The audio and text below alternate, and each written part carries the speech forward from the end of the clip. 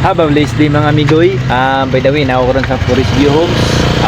Napuntak lang ako sa customer to my page. Kumbaga na lang sa ipa-check kay ground na ilang appliances. Dili tatantong sweet to na lang kay balo. Naikarugtong nga nga video nga nag-share kog basic anong dapat na ground ng appliances. God bless us all.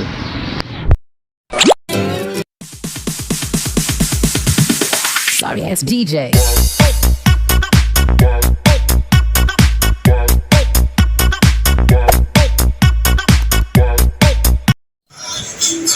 Good day. Kasinday na yung kaduga itong mga swito niya regarding appliance. Mag-share lang ko regarding appliance nga nung sa preparation niya regarding installation sa mga built-in gas hub.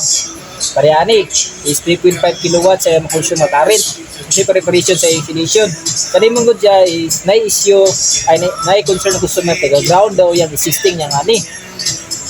Siyempre, ang usagay na is pakita kita itong actual kung siya pumagi sa yung installation. Kani siya taas, naka-ground, at kani siya wala.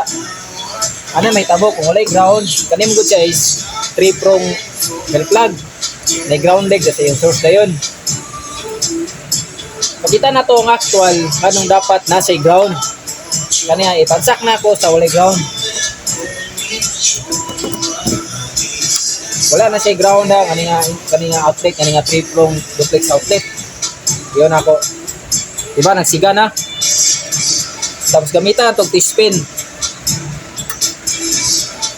Diba, siga. Oh. Diba, siga. Tapos gamitan na itong digital tester kung pila ang current na magawas sa iyang anay. Pero dili siya maorinti. Ayara siya maorinti kung basa ang kamot. Kung basa ang kamot, sa kahawid ko mga puthaw pa diya, maorinti na siya. Ayan, na siya. Tapos ato ikuan tester kung pila nga bultay ang ginagawas nga exist nga current. Ha? Okay, try mag-use tag digital tester kung pila ang ginahatag niya nga bultay sa iyang exist current nga walay ground. Okay? Ba? 86 volts. Diba? Pero wala na siya kuryente.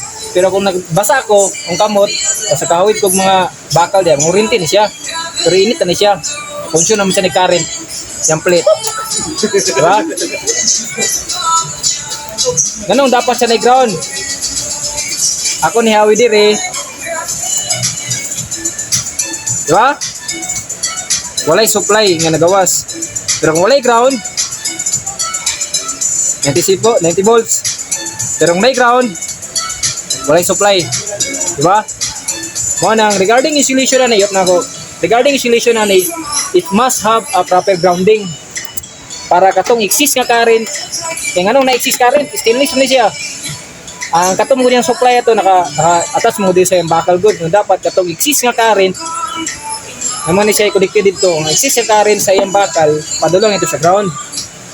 Kani siya ipansak na to dito mismo sa may ground. Ay, nana sa ground na naka-install ang may ground namin. Ano may tabo? Kani siya walay ground, kani siya na ground. Diba, nakauna na. Gamitan itong T-spin. Diba, wala na siga. Diba, wala na siya. Pero init na siya. Kaya nag-consume naman na siya current. Wala na siya. Tapos, mag-use ng tester nga magita na ito nga proof of evidence na dapat every appliances must have a proper grounding for the safety para katong exist current is dito na padulong. Dili mismo sa consumer. O kita nga gamit. Siga na siya. Tapos na siya power. Init na siya.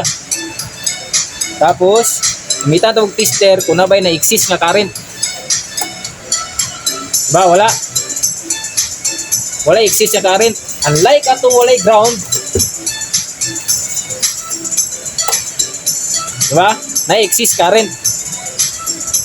Kung kamo diya sa inyong balay na mo yung refrigerator, as long as na mo yung mga appliances, na inanay ang supply ground, na dapat gini siya is nasa ground. Para katong exist current sa inyong appliances, dili mapadulong sa consumer. Kung dili dito na mapadulong sa ground, sa AGC. Kani wala na siya ground, kani siya na ay kani na walay ground, kani na ground. Di ba? Walay supply. Kana lang good. Sa basic na idea ang hatag kasi na yung kadugang ang mga swito pa sa mga appliances. Okay, thank good day.